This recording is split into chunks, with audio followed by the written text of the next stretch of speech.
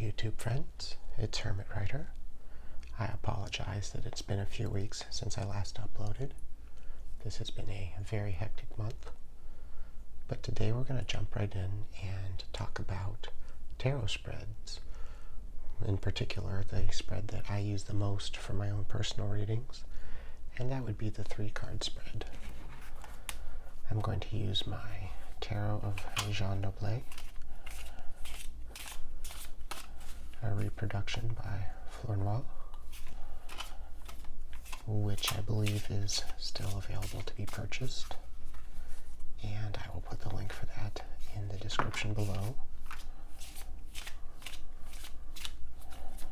And we'll just use this card that popped out, which is the Star, so that's a fun one.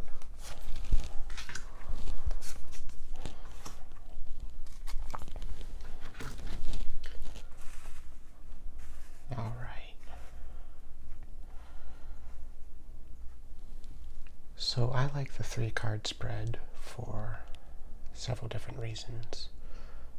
First of which is you get more of a full picture with this spread than if you're just doing a 1 card.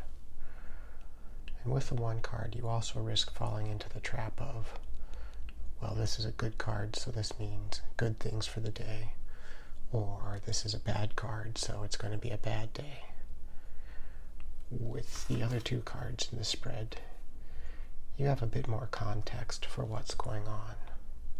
So you have the hope that the Star often represents, and then you have a period of maybe emotional reflection represented by the 7 of Cups.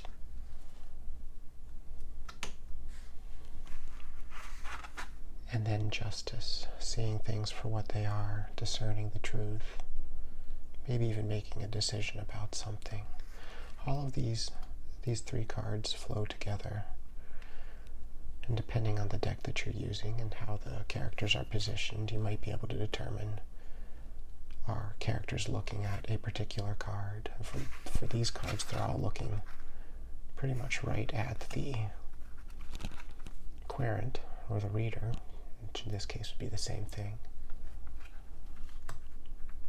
So you can draw some information from that as well. I like the 3 cards also because it's not a huge, heavy spread. You know, you're not dealing with 10 or more cards like with a Celtic Cross or with some of the horoscope spreads. Those spreads are great, don't get me wrong. And if you're doing professional readings, you'll probably want to know several of the larger spreads. But this 3-card spread is a good base to start from, especially when you're first learning tarot. And for your daily readings, it's great for it because it's so accessible, and you can fairly quickly and easily discern the meanings of the cards and see how they work together and how they correspond with one another. And if you keep a tarot journal, it only takes about 15 minutes or so to write your thoughts. You can write more if you want to, but to put down the basic meanings and how they work together and what that might mean usually just takes me about 15 minutes or so. It's a nice way to come down from the stress of the day. I usually do my readings at night, right before I go to bed, just as kind of a sum up, maybe a what's ahead for tomorrow, but it's a way for me to decompress from the rest of the day and to reflect for a little bit and not have to get too wrapped up in, does this card in this position mean X, or does this card in this position mean Y? With the 3-card spread, you can assign positions. You can do past, present, future, or if you're a writer, goal, motivation, consequence, or antagonist, protagonist, what they're fighting over, or vice versa, protagonist, antagonist, what comes between them. Any number of options here for the 3-card spread. This also forms the base of so many different spreads. You've got your base for a horseshoe spread, for instance. that you could add more cards onto. Not all of this is going to show on screen since my workspace is rather small, but this is essentially 7 cards for a horseshoe spread. But these 3 form the core of it.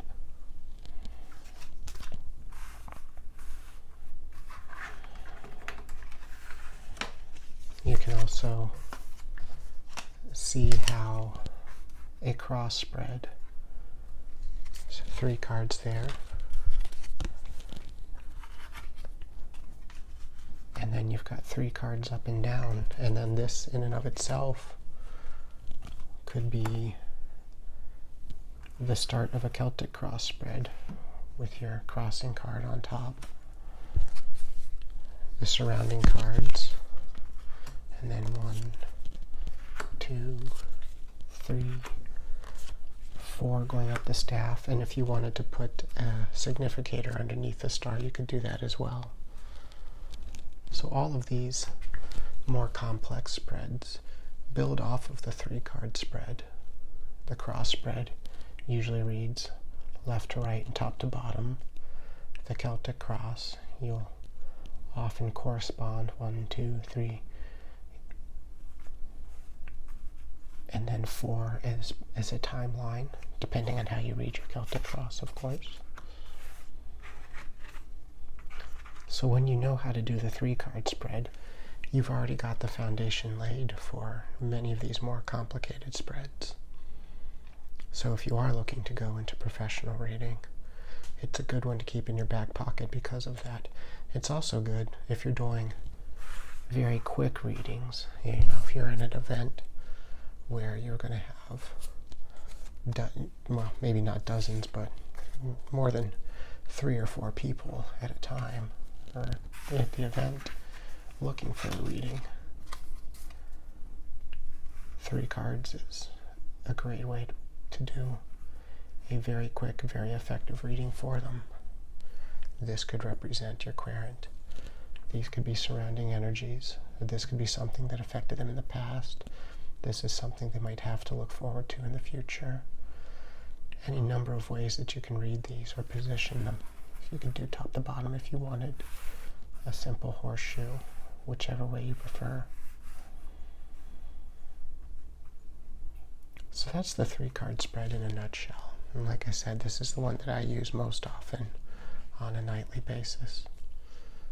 And it's just a good general spread to keep in your wheelhouse as you're working with cards.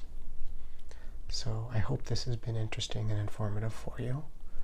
If you have a particular spread that you like to use, let me know in the comments. And if you have other spreads that you might like to see, also let me know. And I look forward to seeing you again. Take care.